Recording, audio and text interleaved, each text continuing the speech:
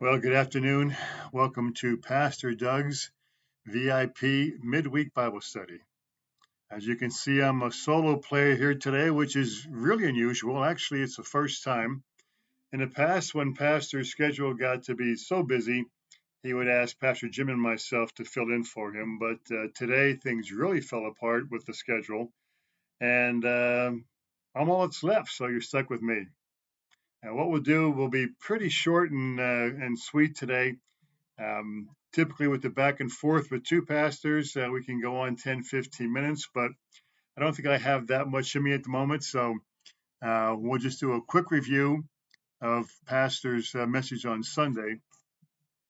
And he's in a series, it's working on the 23rd Psalm. The title for this past Sunday was Working on How God's Goodness Can Restore You. And he had three bullet points. The first being the things that damage my soul. Number one, unaddressed grudges. Number two, unconfessed guilt. And number three is unprocessed grief. I'm just going to talk for a minute about that one, unprocessed grief. We have a ministry here most of you might know about with Diana Underwood as the leader called Grief Share. And they do a really nice job of explaining and helping people through the challenges of losing a loved one. The challenges with losing a loved one, of course, are nothing new to any of us. We've all been through it. And one of the standard things you'll hear is it gets better with time. Well, that's really a myth. It doesn't get better with time. We just get better at living with the loss, living with the challenge.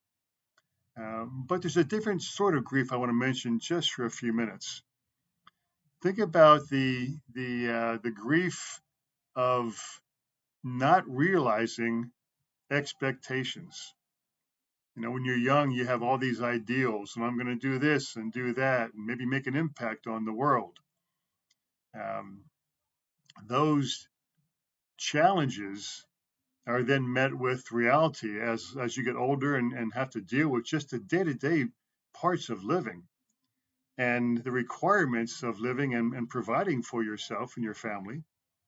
Uh, Tend to get in the way of some of those maybe thoughts and dreams, expectations that we thought we had for ourselves when we were younger. So there's actually, if there's eventually an awareness that, hey, I didn't quite accomplish some of the things I wanted to. I thought I would do this by this age and that by this age, and maybe didn't accomplish any of those earlier dreams. Um, there's actually a mourning period. You can think about it as a loss, not of a life, but a loss of the life expected, what you intended or hoped for your life. And it can even go beyond your life. Think about your kids or your grandchildren and the hopes and expectations you might have had for them or have for them. And it's really a tough place to be when you think, okay, well, he or she can do this and do that, and maybe be, the old routine or the old list was a doctor or a lawyer or some professional and have the good life. And I think at least the current generation is sort of redefining what all that means.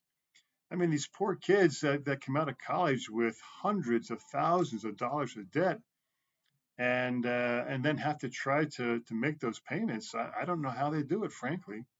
So a lot of stress and problems over that. But when you have expectations for someone else, uh, particularly your children, and that maybe were not realistic to begin with, or did not match any of their own individual desires or wants or plans for their own life, there can be some friction there. And if families can be completely loving and supportive, and also challenging because they want you to go and be successful, maybe have the things that they didn't have in the previous generations, or do what they didn't have the opportunity to do. Well, It's nice to have those hopes and thoughts and wishes and dreams, wanting the best for everyone, your children and grandchildren, but that may not be their dream. And when I say the best, you have your own idea, your own definition of what that means to have the best life for them. And I think we have to change our thought process a little bit. What do they want? What is their definition of the best life possible for them? And I know sometimes we'll say things like, well, they're too young. They don't really know what is best for them. I know better. And sometimes that's true. But again, it's their life, and we have to, at some point, let them, unfortunately, make some of their own mistakes and find their way and find their path. I think the best thing we can do uh, through the process is help them, help guide that process a little bit, help keep them on the big path, on God's path. What they do within that path in terms of a career, a spouse, their family. That needs to be their choice. But we can guide them on God's path, and I think that's the best gift we can give them. So when we think about wanting the best for them, here's a new definition. Not what I want for them or what you might want for them. What does God want for them? What does God want for us? And that sounds like maybe a big unanswerable question, but in fact, we can find the answers. Not the specific answer in terms of, take this job, marry this person, have 5 kids, have no kids. I mean, those kinds of specifics we won't find in the Bible.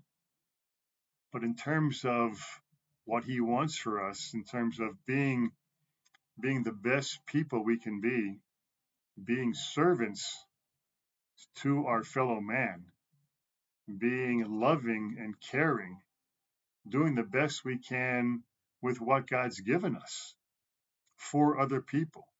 God didn't give us all of our talents and abilities and spiritual gifts for ourselves. He's given us these things for other people to help and to serve others. And in fact, what we do is we fulfill God's will for our lives by serving Jesus through serving other people. So that's all I have for you today. And I hope that next week we have at least 2 of us here. I hope that Senior Pastor Doug will be here to share his guidance and wisdom with us. I want to thank you for joining me today for this relatively short video. We hope to see you, as always, on Sunday. Bring yourself and your family and your neighbors. Invite them to church. We'd love to see you at 10 o'clock Sunday morning. Have a great rest of the week. God bless you.